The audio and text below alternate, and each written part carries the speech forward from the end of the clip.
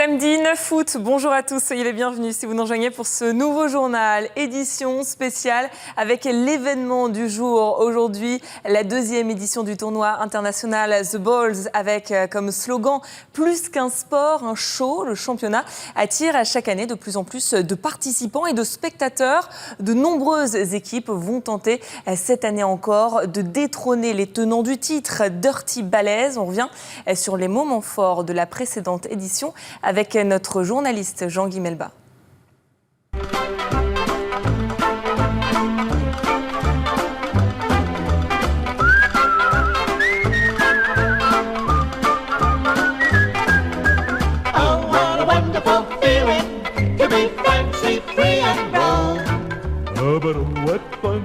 Situé dans l'ouest de la France, Saint-Paul-en-Parets. Petit village atypique accueillant tous les ans depuis un an le tournoi international de The Balls. Des équipes affluent des quatre coins du monde pour participer à cette grande compétition. France, Belgique. Sous les sols pleureurs, dans une ambiance pimentaise et houblon, la Fédération française de The Balls, la FFTB, s'affaire à régler les derniers préparatifs.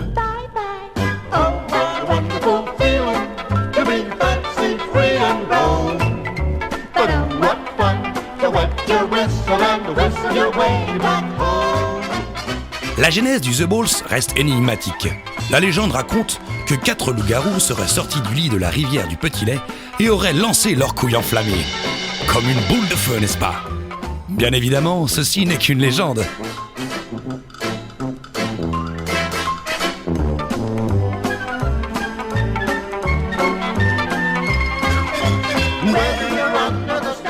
Échauffement et tirage au sort effectués, il est temps désormais de laisser place au sport.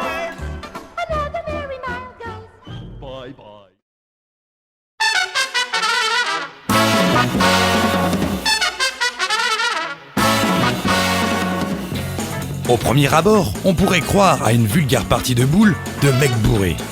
Eh bien, c'est ça. Entre le free fight et la pétanque, le The Balls est un sport à part entière, en pleine expansion. Une école de la vie.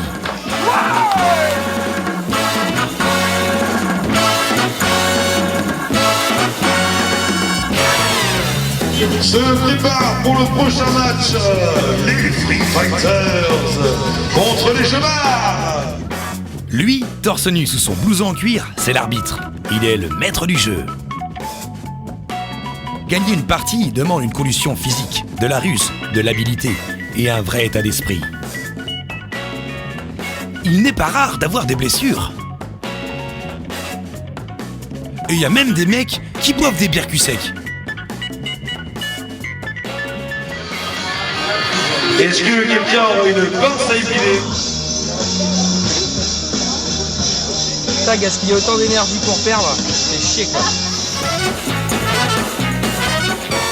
L'alcool coule à flot, les esprits s'échauffent et les femmes sont belles. Yeah, boss. Non mais j'ai un problème avec mon casque. The Balls, plus qu'un sport, un show.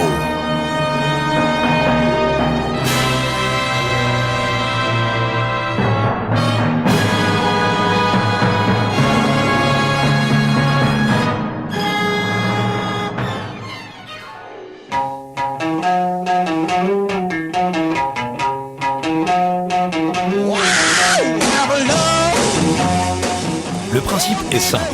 2 équipes de 2 joueurs se placent aux extrémités du terrain. Leur but? Faire passer le petit The Balls dans le camp adverse.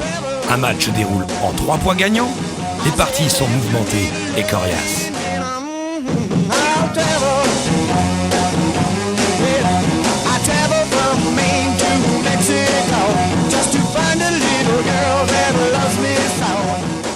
Les phases de poule passées, les meilleures équipes se retrouvent pour les matchs à élimination directe, lors desquels la pression n'est pas dans les verres, mais dans les têtes.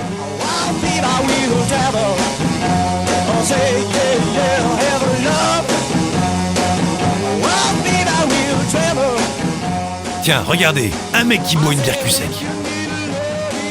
Lors de cette compétition, moult spectateurs et vendeurs de hot dogs se sont réunis aux abords du stade.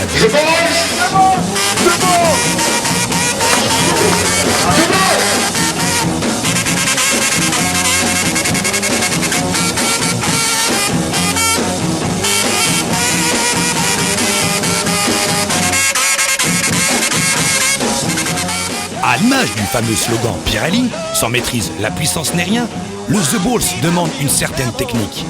En effet, force et précision sont les deux facteurs de réussite de cette compétition.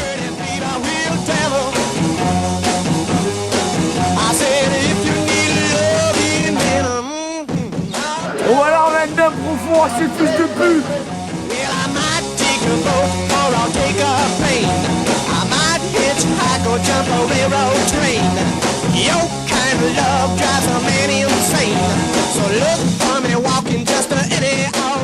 Après 8 heures de compétition acharnée et intense, le titre de champion du monde est décerné.